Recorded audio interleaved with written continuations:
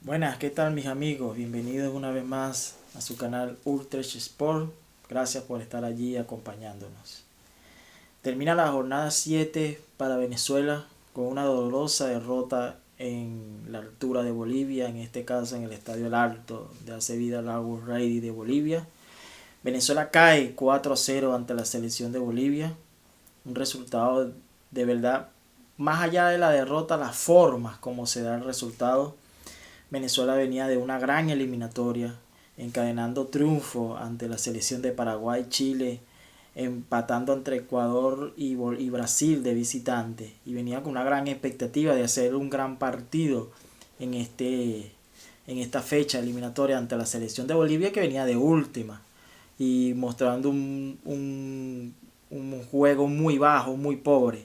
Sin embargo, Bolivia salió con otra actitud ante la selección venezolana y desde el minuto uno se vio una Bolivia encaradora, una Bolivia ofensiva, una Bolivia que buscó el partido desde el minuto uno y terminó llevándoselo 4-0. Vimos una Venezuela que salió con 5 defensas atrás, con John Murillo haciendo la vez de un extremo o stopper por la derecha, con 3 defensas, con Ferraresi, Osorio y Aramburo, que se insertó en esa línea de 3, y con un Miguel Navarro que sufrió bastante el partido, pero que yo no lo vi mal. Sin embargo, la exigencia del partido lo llevó a exigirse bastante en el ámbito físico, haciendo de lateral izquierdo o stopper por la izquierda, con 3 volantes, con el Brujo Martínez como 5, con Telasco Segovia y con el muchacho que estaba debutando en las eliminatorias, Pereira. Y arriba con Salomón Rondón y con John del Cádiz. Lamentablemente Venezuela nunca en el partido pudo desarrollar su juego. Venezuela, algunos jugadores sobre todo se le vio la falta de oxígeno, la incapacidad para enfrentar la altura. Cuando uno analiza el antecedente de los resultados positivos que ha tenido Venezuela en la altura, tiene que remontarse al año 2009, cuando en la era del profesor Farías, Venezuela sacó un resultado positivo y ganó 1-0 en la altura.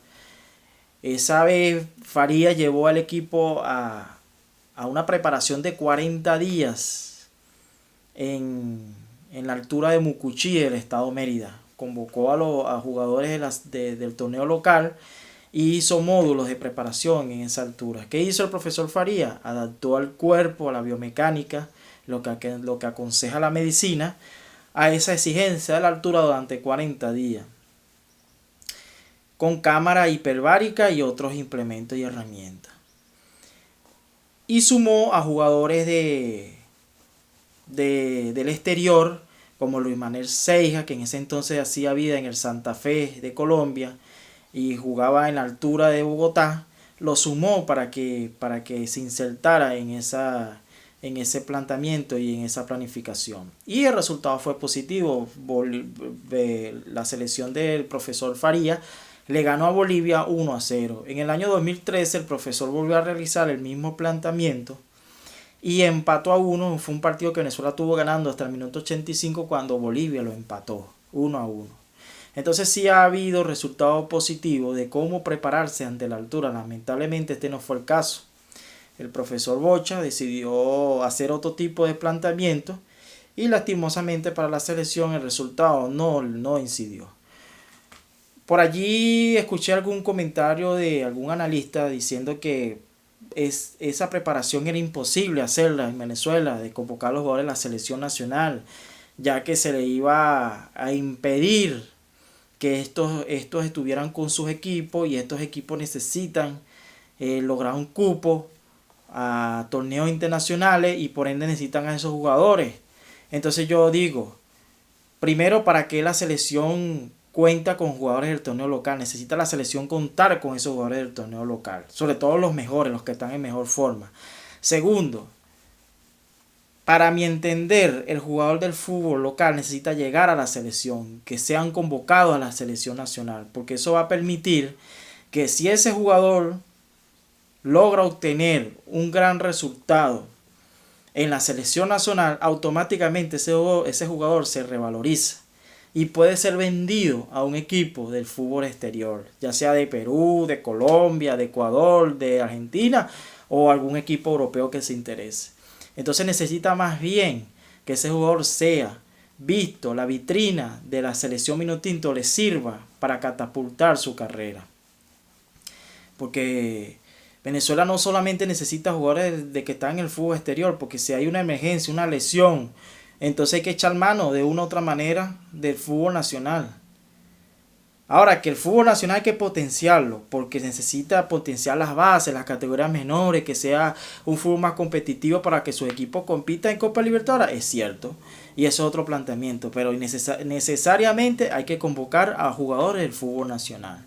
Lo otro, ¿para qué se llevan jugadores que hacen vida en equipos que juegan en la altura si no van a no van a participar? Ahí tenemos el caso de Alexander González, que juega en el MLE de Ecuador, está habituado a la altura. El caso de Rubén Ramírez, que juega en el Cusco del Perú, ciudad que está sobre los 3.400 metros. En el caso de Alain Baroja, si no jugó este partido, ¿qué partido va a jugar Alain Baroja, que juega en el Always Ready? Entonces hay que darle oportunidades también a jugadores y hay que ensanchar la plantilla, porque Venezuela no puede depender de los 4, 5, 6 jugadores que siempre juegan. Venezuela tiene que ser una selección que dependa de un gran abanico de opciones, porque si se quiere llegar al mundial se necesitan por lo menos 30, 35, 40 jugadores que estén disponibles en plenitud de rendimiento y de opciones para que le den ese plus a la Vinotinto. Entonces, fue lamentablemente una presentación de la Vinotinto muy pobre, a mi entender, con jugadores fuera de su posición, por el caso de John Murillo, que es un extremo por derecho jugando como carrilero, el caso de Aramburu, que es un lateral derecho, o viene siéndolo en la selección de Venezuela, jugando de stopper por la izquierda. Entonces, fue lamentablemente una selección un pobre rendimiento, dada la falta de preparación que tuvo para ese partido en altura, y eso se notó en el campo de juego. Venezuela no lograba ganar 3 o 4 pases seguidos, no lograba atacar con convicción, no lograba tener control del balón. Una de las claves para superar la altura es lograr tener el control del balón durante largo tiempo, tratar de ralentizar el juego, porque si al Bolivia le conviene que el partido se acelere, el rival, en este caso Venezuela, le conviene que se ralentice el juego, que el juego vaya un poco más lento para poder vencer esa dificultad de la altura. Y por supuesto, las poquitas que se tenga, aprovecharlas. Lamentablemente Venezuela tampoco aprovechó las poquitas que tuvo. Pero bueno, todo lleva un análisis, todo lleva una enseñanza. Esperemos que Venezuela logre encarrilar el camino hacia el mundial. Ahora toca el partido con Uruguay, un partido durísimo entre la 2 veces campeona del mundo, la selección uruguaya, que viene haciendo una gran eliminatoria, que por tener baja no deja de ser una selección peligrosa, que tiene un gran técnico a la mano del profesor Marcelo Bielsa. Entonces veremos cuál va a ser el planteamiento del profesor Batista. Vamos a ver cuál va a ser la recuperación de los jugadores, no solamente en la parte física, sino emocional, en la parte psicológica, ya que esas derrotas de 4-0 por goleada pegan en los ánimos de los jugadores. Entonces veremos cuál va a ser el planteamiento que utilizará el profesor Batista para encarar este duro desafío en Maturín ante la selección de Uruguay, que siempre ha sido una selección difícil para Venezuela. Cuando Venezuela le ha tocado subir a la altura de Bolivia, mayormente no saca buenos resultados ante la selección de Uruguay. Solamente ganó una sola vez ante la selección de Uruguay en Cachamay.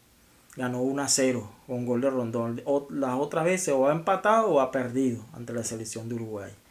Entonces veremos, mis amigos, cómo Venezuela logra superar esta dificultad, este calendario durísimo que le toca a Venezuela con Uruguay, con Argentina, con Brasil.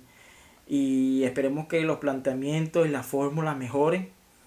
Esperemos que los consejos que llegan de afuera sean tomados en cuenta, porque una sola persona toma las decisiones y a la larga es la que se responsabiliza de hacer los cambios, de plantear los juegos, pero todo el mundo o la gran mayoría de las personas que están involucradas con Venezuela, el país futbolero, quiere que Venezuela le vaya bien y que Venezuela llegue al mundial por primera vez.